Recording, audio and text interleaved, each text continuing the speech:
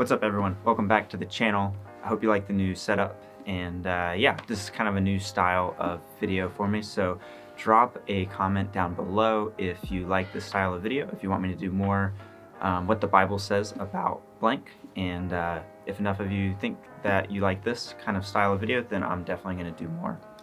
Today we're going to talk about what the Bible says about temptations, trials, and distractions in the life, specifically the life of a believer. So if you have a Bible app or something with you, I'm going to be reading out of James today in this video. And yeah, so let's just jump right in. I'm going to be in James chapter 1. Feel free to follow along as I read this. Chapter 1, verses 2 through 15.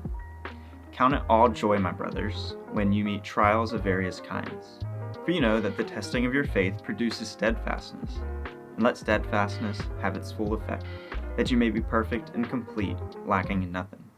If any of you lacks wisdom, let him ask God, who gives generously to all without reproach, and it will be given to him. But let him ask in faith, with no doubting. For the one who doubts is like a wave at the sea that is driven and tossed by the wind. For that person must not suppose that he will receive anything from the Lord. He is a double-minded man, unstable in all his ways.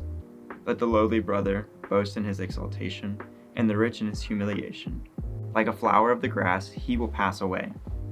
For the sun rises with its scorching heat, and withers the grass. Its flower falls, and its beauty perishes.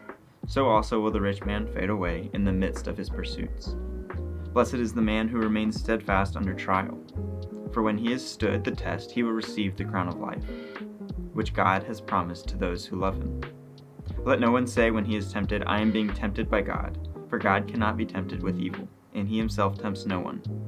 But each person is tempted when he is lured and enticed by his own desire. Then desire, when it is conceived, gives birth to sin, and sin, when it is fully grown, brings forth death. All right, so in this chapter of James, he's telling us how we should view trials in life when we are faced with something that might be a temptation or a desire that we want to do, even if we think and know that it's not the right thing to do. And James is saying some pretty specific things here. He's saying that we should view this as joyful. I don't know, have you ever slept past your alarm and been late to something? When that happened, were you joyful? I know that's not my typical thought when I sleep past an alarm and I'm late. And yeah, or maybe you have been distracted when talking to someone. Maybe you're trying to have a good conversation and you just completely forget what someone's saying because you've been distracted. In that moment, do you think about that as joyful? Probably not as well. But I don't think that what James is saying is that these things are good. I don't think he's saying it's good to be distracted. I think he's saying there's a better way to view distractions, one in which we can view it as a way to grow, to have opportunity to grow in our faith. I think if you look at verses 2 through 4, we can see this. So James says, count it all joy, my brothers, when you meet trials of various kinds. For you know that the testing of your faith produces steadfastness. And let steadfastness have its full effect, that you may be perfect and complete, lacking in nothing. So James is telling us that we should actually count it as joy. And in 1 Peter actually says to rejoice. This should be something that we rejoice in when we view a temptation and a trial in our lives. We should rejoice that we have this opportunity to grow in our faith.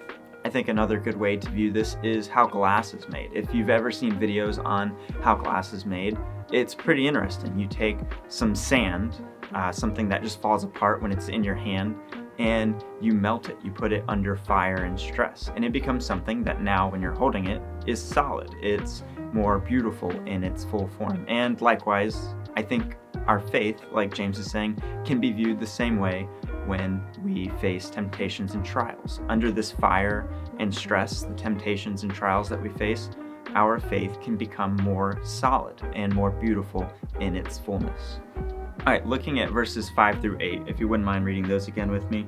If any of you lacks wisdom, let him ask God, who gives generously to all without reproach, and it will be given to him. But let him ask in faith, with no doubting, for the one who doubts is like a wave of the sea, and that is driven and tossed by the wind. For that person must not suppose that he will receive anything from the Lord. He is a double-minded man, unstable in his ways. So God knows that we can't face these temptations and these trials on our own. So that's why he says, through James here, that he gives generously without reproach. He doesn't hold back. If we are facing a trial in life, all we have to do is ask God to help us overcome it, to give us the wisdom. And we have to do this without doubting. We have to have this faith in God that he will provide through it. Maybe you're in a Sunday service and you're having a really hard time focusing to the sermon. Maybe you're thinking about lunch instead. I do that pretty often. Or you're standing beside someone who, like me, is not maybe singing on tone. And that's okay. But when you are in those situations, instead of letting that distract you from what really matters, try praying to the Lord. Ask him to give you that wisdom to overcome that temptation, that distraction that you're facing, and to focus on what really matters, praising the Lord. And through this, your faith, you'll begin to grow in it, and it will become more firm.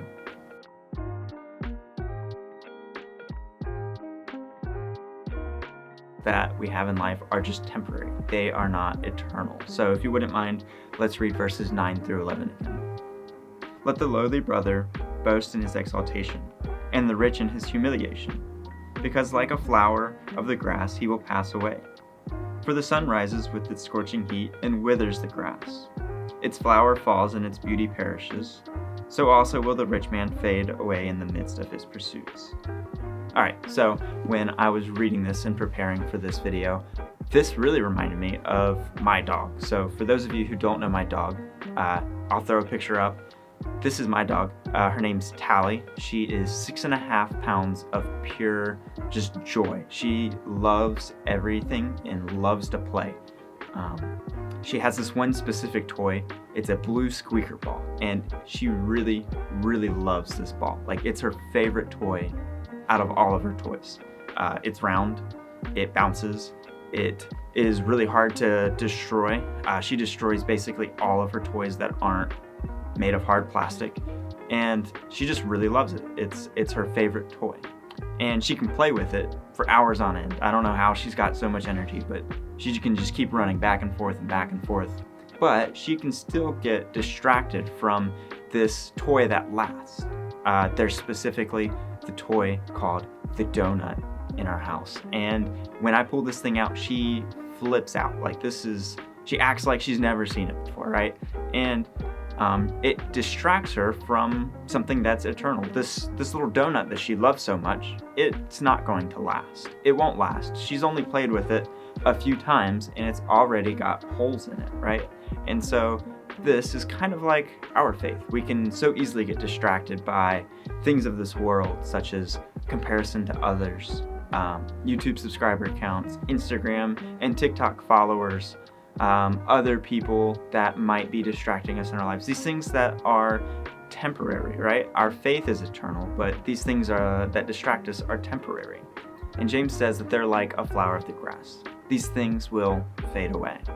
And lastly, another point that I want to point out here is that God isn't the one who tempts us. So look at verses 12 through 15 with me again, and I'll read those real quick.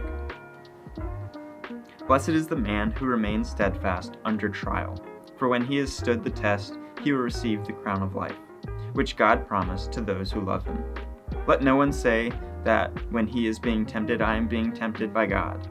For God cannot be tempted with evil, and he himself does not tempt anyone. But each person is tempted when he is lured and enticed by his own desire. This should also encourage us because God is not the one tempting us. We can have faith that he is not a tempting God.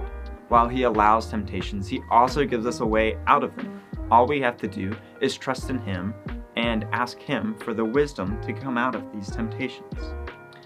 So, just a couple words as I close this video. Let us steadfastly follow the Lord, rejoicing even in the face of trials and distractions. May we trust his divine wisdom to lead us through these distractions and to produce our faith to be stronger. Remember that God is not the source of temptation, but rather he's the source to overcome it. I hope you guys have enjoyed this short just devotional video that I have put together today. If again, if you want more of these kind of videos, I'm thinking about doing maybe one every couple months or every month, please let me know in the comments below. And yeah, I can't wait to see you guys again in a couple weeks. Next week I'm going on vacation with my wife, so no video next week, but hopefully the week after I'll get back into the groove of things. So see you guys next time.